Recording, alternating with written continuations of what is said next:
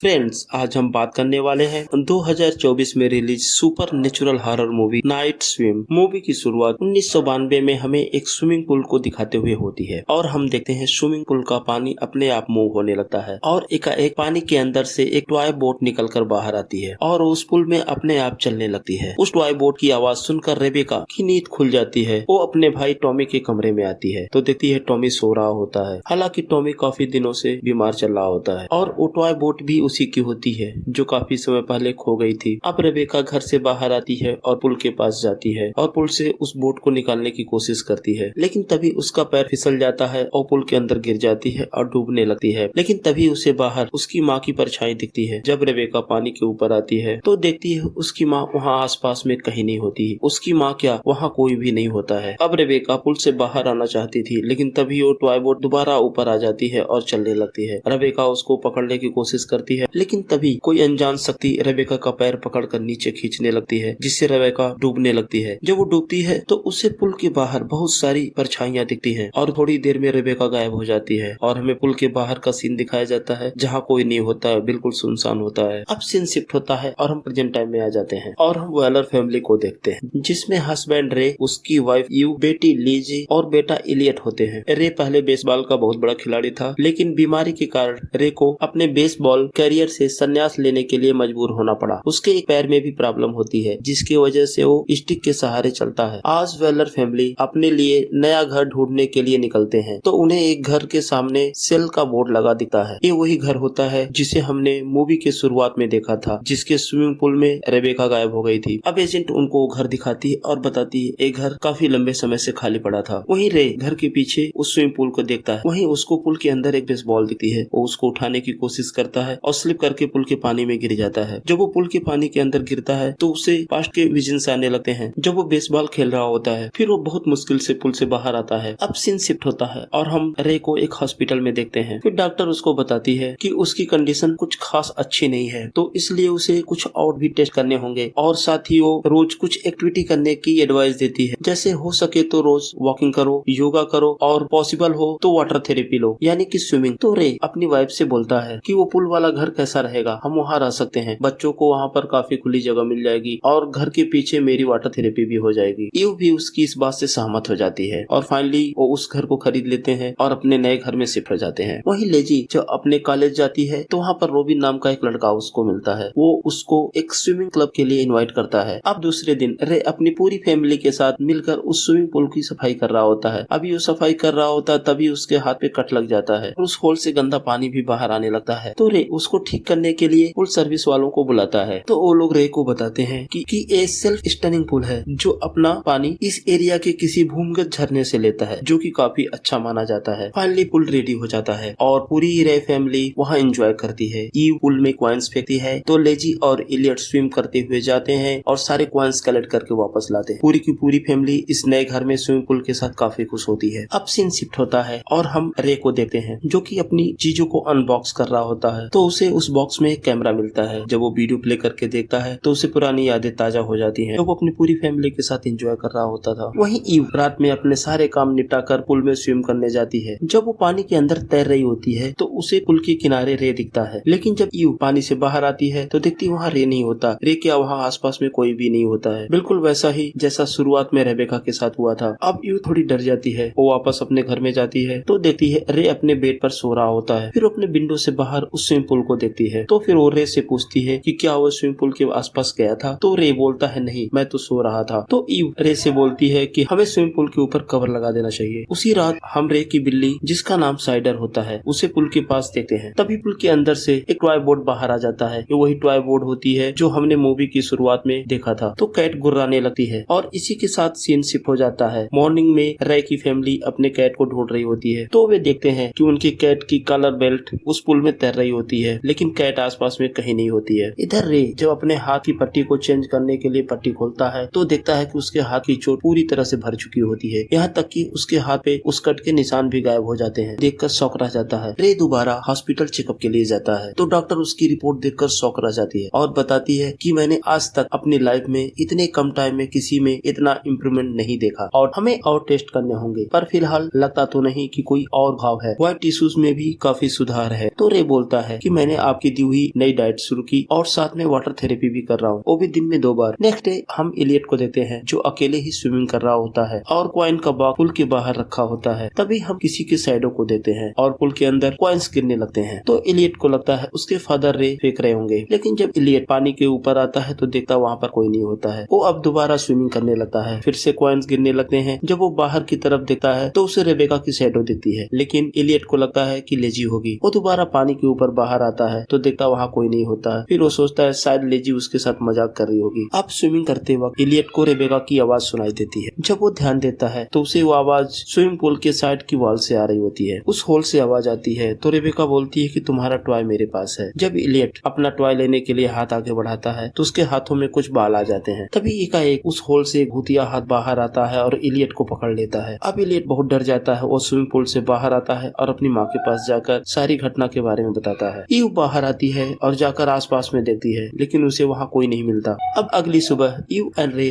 Kitchen में होते हैं तो ईव कल की हुई घटना के बारे में रे को बताती है। तो रे उसको सीरियस नहीं लेता। वो बोलता है कोई आसपास का लड़का होगा और मजाक कर रहा होगा और तुम इसे इतना सीरियस मत लो। तो ईव बोलती है कि क्यों ना हम एक छोटी सी पार्टी रखें जिससे यहाँ के लोगों से हमारी जान पहचान बढ़े। तो रे को ईव का प्लान बहुत अच्छा लगता है। वो बोलता है क्यों नहीं। अब सीन शिफ्ट होता है और ईव रे इलियट की बेसबॉल प्रैक्टिस में जाते हैं। तो वहाँ का कोच रे को सबसे इंट्रोड्यूस करवाता है और बताता है कि ये अपने टाइम के बहुत बड़े बेसबॉल प्लेयर थे। तो वहीं रे बच्चों को खेलने के टिप्स बताता है। तो कोच रे को खेलने के लिए इनवाइट करते हैं। रे खेलने आता है, हालांकि वो काफी दिनों बाद बेसबॉल का बैट पकड़ रहा था। तो पहली 2 बालें वो मिस कर जाता है और लड़खड़ा कर गिर भी जाता है। लेकिन तभी हम स्विमिंग पूल के पानी को देखते हैं। अभी तक वो स्थिर होता है, लेकिन एकाएक उसमें हलचल होने लगती है और इधर रे एक लंबा हिट लगा देता है। उसके हिट से बाल फट जाती है और दूर जाकर गिरती है। अब रात में ईव अरे कहीं डिनर के लिए बाहर जाते हैं। तो जाने से पहले लेजी और इलियट को बोलते हैं कि कोई घर से बाहर नहीं जाएगा और रात में 10 बजे के बाद सो जाना है। ये सब बातें बोलकर वो बाहर निकल जाते हैं। तो मौके का फायदा उठाकर लेजी अपने बॉयफ्रेंड रॉबिन को घर पर बुलाती है। वो दोनों पूल में स्विमिंग करते हैं और हाइड एंड सीक खेलते हैं। जब लेजी आंखें बंद की होती है तो रॉबिन चुपचाप स्विमिंग पूल से बाहर आ जाता है। लेजी पूल में अकेली होती है। उसे कुछ आवाज सुनाई देती है। उसे लगता है कि रॉबिन हिंट दे रहा है, लेकिन तभी हम लेजी के पीछे एक शैतान को देखते हैं। फिर वो लेजी का पैर पकड़कर पानी में नीचे दूर तक खींच कर ले जाता है। अब लेजी उससे अपना पैर छुड़ाकर बहुत मुश्किल से बाहर आती है और रॉबिन से पूछती है कि क्या वो पूल में था। तो रॉबिन मना कर देता है। वो बोलता नहीं, मैं तो बाहर था। तब तक लेजी के पेरेंट्स घर पर आ जाते हैं तो रॉबिन को वहाँ से जाना पड़ता है। अब इलियट लेजी से पूछता है कि कल तुमने स्विमिंग पूल में कुछ देखा था क्या। पहले तो लेजी मना कर देती है, फिर वो बोलती है कि यहाँ आने के बाद सब अच्छा होने लगा है। मतलब फादर की तबीयत ठीक है, मॉम भी काफी खुश रहती है। तो क्या तुम चाहते हो कि वो डर जाए और हमें यहाँ से फिर से शिफ्ट होना पड़े? तुम खुद ही सोच कर देखो, पुल हमारी मदद कर रहा है या क्या कर रहा है। तो वो दोनों अपने पेरेंट्स को कुछ भी ना बताने का डिसाइड करते हैं। अब अगले दिन रे के घर पर पार्टी होती है तो इलियट का बेसबॉल का कोच अपनी पूरी फैमिली के साथ वहाँ आता है और वो एजेंट जिसने वो घर दिलवाया था वो भी आती है। तो वही इलियट अपने रूम से वीडियो कैमरा लगाकर उस पूरी पूल पार्टी को रिकॉर्ड कर रहा होता है और दूसरी तरफ रे बेसबॉल कोच के बेटे को अपने कंधे पे बिठाकर उस पुल में खेल रहा होता है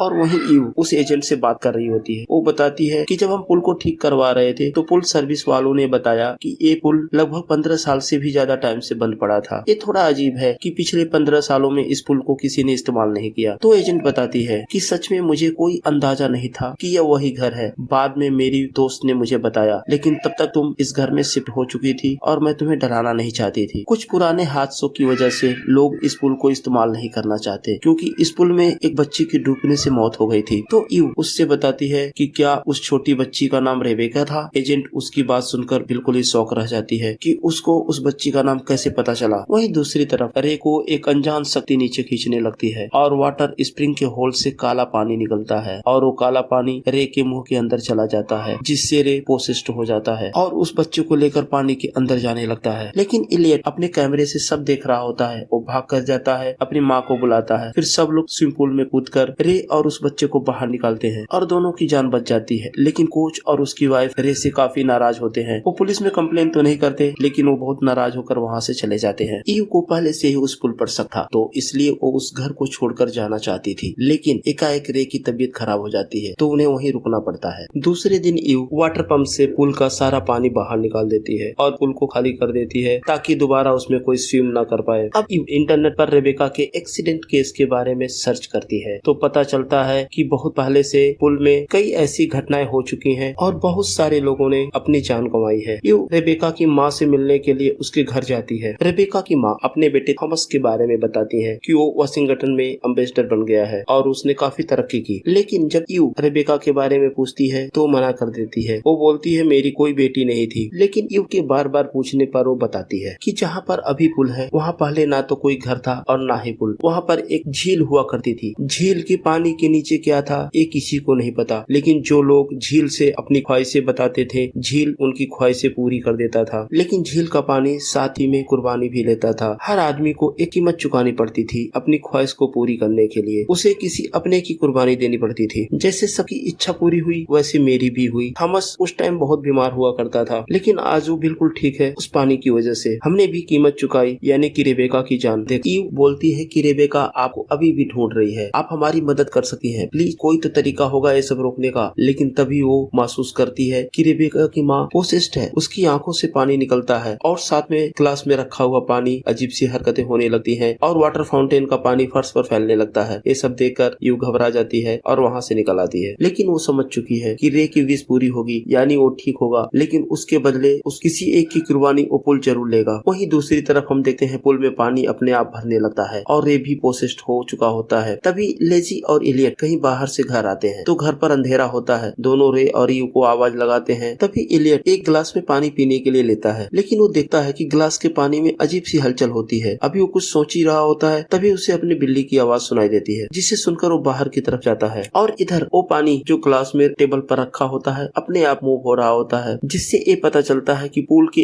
एविल वाटर का असर घर के पानी पर भी हो रहा होता है। इधर इलियट देखता है कि पुल फिर से भर चुका होता है, जिसे देखकर वो बिल्कुल ही चौंक जाता है कि अपने आप पानी कैसे भर गया। तभी उसे अपनी बिल्ली साइडर की आवाज सुनाई देती है, तो उसे पुल में रखी हुई स्विम टू पर उसके बिल्ली की परछाई दिखती है। वो उसे लेने के लिए जाता है तो उसकी बिल्ली वहाँ नहीं होती, लेकिन तभी एक घोस्ट उसे पानी में खींच लेता है और साथ में पुल का कवर भी अपने आप बंद होने लगता है। लेकिन लेजी इलियट को देख लेती है। वो उससे बचाने के लिए आती है और उस पुल के कवर के रोलर को रोकने की कोशिश करती है। तभी वहाँ यू भी आ जाती है तो इची को बोलती है कि वो जाए और रे को बुला कर लाए और साथ ही वाटर पाइप को बाहर बांध कर वो पुल में कूद जाती है। काफी गहराई में जाने के बाद जब पाइप खत्म हो जाता है तो पाइप से सांस लेकर उसको छोड़कर नीचे चली जाती है। क्योंकि वो पुल एक नेचुरल झील के ऊपर बना होता है इसलिए वो काफी गहरा होता है। काफी गहराई में जाने के बाद उसे इलियट मिल जाता है, लेकिन वहाँ आसपास में बहुत सारे लोगों की आत्माएं होती जो शायद इस पुल में डूबकर मरने वालों की होंगी। वो सब उसका रास्ता रोकने लगती है, लेकिन तभी रेबेका की आत्मा आती है और यू की मदद करती है बाहर जाने में। अब यू इलियट को लेकर पुल से बाहर आ जाती है, लेकिन इलियट सांस नहीं ले रहा होता है। वहीं दूसरी तरफ लेजी जब घर के अंदर जाती है तो रे उस पर हमला कर देता है, तो लेजी वहीं छुप जाती है। रे उसको ढूंढता हुआ बाहर आता है और यू के पास जाकर बोलता है कि प्यार कुर्बानी मांगता है। यू रे से हेल्प मांगती है, लेकिन रे पहले से पोसेस्ड होता है। वो यू का गला पकड़कर उसको हवा में उठा देता है। वो उसको मारने ही वाला था, लेकिन तभी लेजी बेसबॉल का बैट लेकर आती है और उस पर हमला करती है। अब रे को अपने परिवार के साथ बिताए गए पुराने दिनों के पल याद आने लगते हैं। तभी उसे वोमिटिंग होती है और उसको काला पानी उसके शरीर से बाहर निकल जाता है और अब रे होश में आ जाता है तो देखता है कि पुल का पानी दोबारा काला होना शुरू हो जाता है। वो समझ जाता है कि किसी को तो कुर्बानी देनी होगी। वो अपने परिवार को बचाने के लिए उन सबको आखिरी बार बाय बोलकर उस पुल के अंदर चला जाता है और पानी की गहराइयों में खो जाता है और उसकी कुर्बानी से इलियट को नई जिंदगी मिलती है। अब यू, लेजी और इलियट उस पुल के पास खड़े होते हैं। वो पुल अब सूख चुका होता है। अब वे लोग वहीं रहने का फैसला करते हैं और पुल में मिट्टी डालकर उसको बंद कर देते हैं ताकि भविष्य में अब दोबारा ऐसी घटना ना हो। और इसी के साथ ये जबरदस्त मूवी यहीं पर समाप्त हो जाती है। तो फ्रेंड्स, कमेंट सेक्शन में हमें जरूर बताएं आपको मूवी कैसी लगी और अगर अभी तक आपने मेरे चैनल को सब्सक्राइब नहीं किया है प्लीज सब्सक्राइब करें। धन्यवाद।